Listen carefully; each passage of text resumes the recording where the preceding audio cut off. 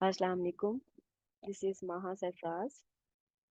In this video, I am going to discuss some important MCQs of soil science. अच्छा, soil science से relevant इसी channel पे एक और वीडियो भी है। उस वीडियो को भी आप लोग देखें क्योंकि उस वीडियो में भी काफ़ी इंपॉर्टेंट एमसीक्यूज डिस्कस किए गए हैं। आज हम सॉइल साइंस से रेलिवेंट सेकंड वीडियो रिकॉर्ड करने जा रहे हैं और आज वाली वीडियो में ऑलमोस्ट 10 एमसीक्यूज डिस्कस किए जाएंगे। एमसीक्यूज डिस्कस करते हुए जो इम्पोर्टेंट पॉइंट्स होंगे मैं आप लोगों को वो भी बताती जाऊंगी। ठीक है, आज वाला लेक्चर स्टार्ट करते हैं।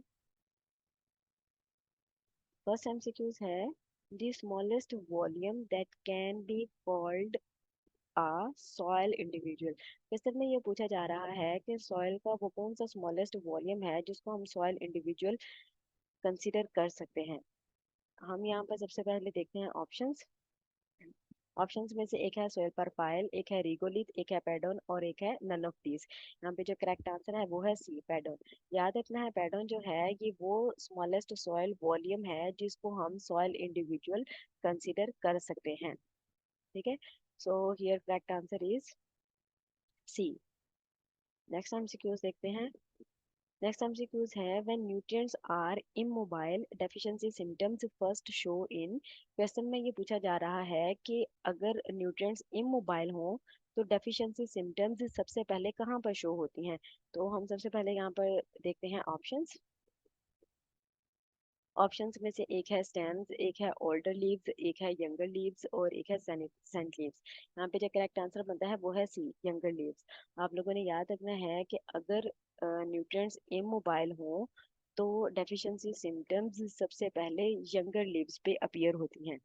ठीक है, so here correct answer is C. Next MCQs देख लेते हैं।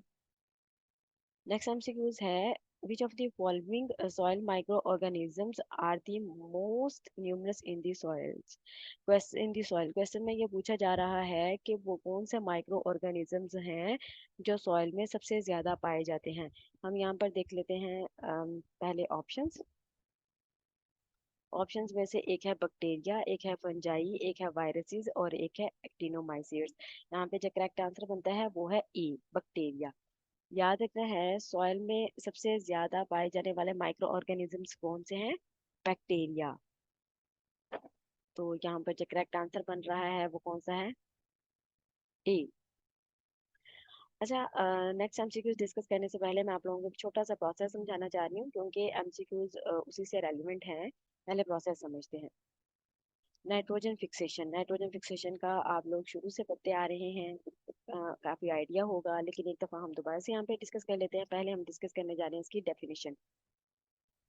The process by which the molecular nitrogen is converted into forms available by plants. तो वैसे मैं रिपीट कर देती हूँ, nitrogen fixation is the process by which molecular nitrogen is converted into forms available by plants. अब देखें, हमारा जो एटमॉस्फेयर है, एटमॉस्फेयर के अंदर तकरीबन 78% नाइट्रोजन पाई जाती है, लेकिन वो नाइट्रोजन जो है वो मोलेक्युलर फॉर्म में है। ठीक है, अब प्लांट जो है, प्लांट इस नाइट्रोजन को अपटेक नहीं कर सकता। प्लांट ने नाइट्रोजन को ज्यादातर इस आयन की फॉर्म में अपटेक करना होता है, इस आयन की फॉर्म में। ठीक है, आप लोगों ने याद रखना है कि प्लांट्स ने ज्यादातर नाइट्रोजन को नाइट्रेट की फॉर्म में अपटेक करना होता है, लेकिन हमारे इन्वायरमेंट में या फिर हमारा सॉरी हमारा जो एटमॉस्फेयर है, एटमॉस्फेयर में जो नाइट्रोजन पाई जा रही है वो किस फॉर्म में है, मोलेक्युलर फॉर्म में। अब वो कौन सा प्रोसेस है जो मोलेक्युलर नाइट्रोजन को नाइट्रेट की फॉर्म में चेंज करता है, तो वो प्रोसेस है नाइट्रोजन फिक्सेशन।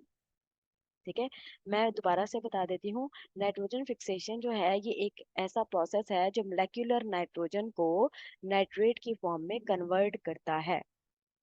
ठीक है, अच्छा, नाइट्रोजन फिक्सेशन में कुछ माइक्रो ऑर्गेनिजम्स इन्वॉल्व होते हैं, उनको कहा जाता है नाइट्रोजन फिक्सर्स। ठीक है, नाइट्रोजन फिक्सर्स कहा जाता है। अब हम देख लेते हैं नाइट्रोजन फिक्सर्स के बारे में। बेसिकली नाइट्रोजन फिक्सर्स दो तरह के होते हैं। फ्री लिविंग और सिम्बायोटिक। जो फ्री लिविंग नाइट्रोजन फिक्सर्स होते हैं वो जमीन यानी सॉइल में फ्रीली रहते हैं, यानी कि उन्होंने प्लांट्स के साथ कोई एसोसिएशन नहीं बनाना होता। जो सिम्बायोटिक होते हैं, सिम्बायोटिक जो है वो सॉइल में फ्रीली नहीं रहते, बल्कि उन्होंने प्लांट्स के साथ कोई एसोसिएशन बनाना होता है। ठीक है, मैं दोबारा से बता देती हूँ। नाइट्रोजन फिक्सर्स दो तरह के होते हैं, कुछ होते हैं फ्री लिविंग और कुछ होते हैं सिम्बायोटिक। जो फ्री लिविंग होते हैं उन्होंने सॉइल में फ्रीली रहना होता है। जो सिम्बायोटिक होते हैं उन्होंने प्लांट्स के साथ कोई एसोसिएशन बनाना होता है। इसकी फ्री लिविंग की एग्जांपल जो है वो है एजोटोबैक्टर। ठीक है, एजोटोबैक्टर। जो सिम्बायोटिक है इसकी एग्जांपल है राइजोबियम। ठीक है, राइजोबियम। अब हम कुछ एमसीक्यूज को डिस्कस करेंगे, आप लोगों को समझ आ जाएगी। The root nodule bacteria belongs to this genus। Question में ये पूछा जा रहा है कि रूट नोड्यूल बैक्टीरिया किस जीनस से बिलोंग करता है। तो यहाँ पर सबसे पहले मैं आप लोगों को दिखाती हूँ ऑप्शंस। ऑप्शन ए है क्लोस्ट्रीडियम, ऑप्शन बी है एजोटोबैक्टर, ऑप्शन सी है राइजोबियम, ऑप्शन डी है राइजोबियम। तो आप लोगों को मैं अभी बताकर आई हूँ कि एजोटोबैक्टर जो है ये वो नाइट्रोजन फिक्सर्स हैं जिन्होंने सॉइल में फ्रीली रहना होता है, और राइजोबियम जो है ये वो नाइट्रोजन फिक्सर्स है जिन्होंने प्लांट्स के साथ एसोसिएशन बनाना होता है। तो यहाँ पर करेक्ट आंसर क्या बन रहा है, सी, राइजोबियम। ठीक है, यहाँ पर करेक्ट आंसर क्या है, सी, राइजोबियम। नेक्स्ट एमसीक्यूज देख लेते हैं। नेक्स्ट एमसीक्यूज है a group of micro organisms which can fix atmospheric nitrogen even without host plant। Question में ये पूछा जा रहा है कि वो कौन से माइक्रो ऑर्गेनिजम्स हैं जो होस्ट प्लांट के बगैर भी नाइट्रोजन को फिक्स कर सकते हैं। तो यहाँ पर हम सबसे पहले देखते हैं ऑप्शंस।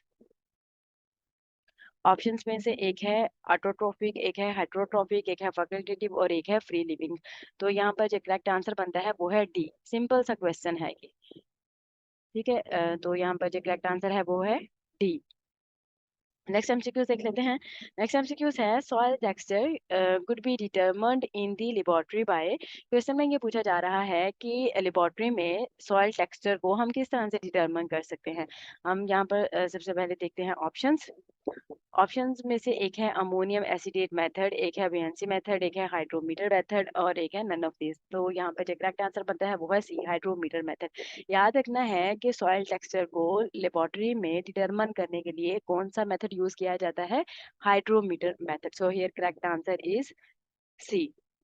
नेक्स्ट एमसीक्यूज देखते हैं। नेक्स्ट एमसीक्यूज है the loss of nitrogen to the atmosphere in the form of ammonia. यहाँ पे हम देखते हैं सबसे पहले ऑप्शंस। ऑप्शंस में से एक है अमोनिफिकेशन, एक है डीनाइट्रिफिकेशन, एक है नाइट्रिफिकेशन और एक है वोलाटाइजेशन। यहाँ पे करेक्ट आंसर बनता है डी। दोबारा से मैं रिपीट कर देती हूँ, the loss of nitrogen to the atmosphere in the form of ammonia is known as volatilisation. So here correct answer is D. Next MCQs discuss करते हैं। नेक्स्ट एमसीक्यूज है microaerophilic microorganisms require. यहाँ पे हम देखते हैं पहले options.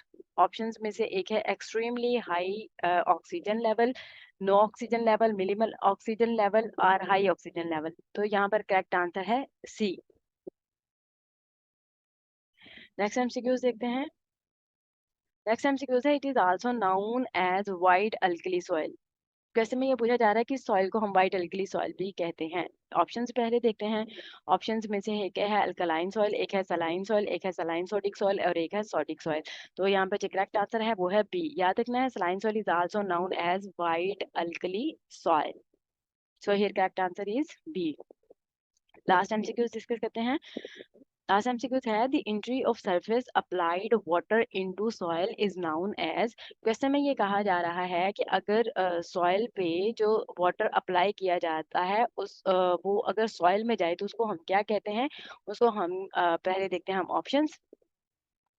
Options में से एक है इनफिल्ट्रेशन, एक है परकुलेशन, एक है सीपेज और एक है नन ऑफ दीज। यहाँ पे जो करेक्ट आंसर बनता है वो है इनफिल्ट्रेशन। जो सरफेस अप्लाइड वाटर होता है उसका सॉइल के अंदर जाना उसे क्या कहते हैं, इनफिल्ट्रेशन।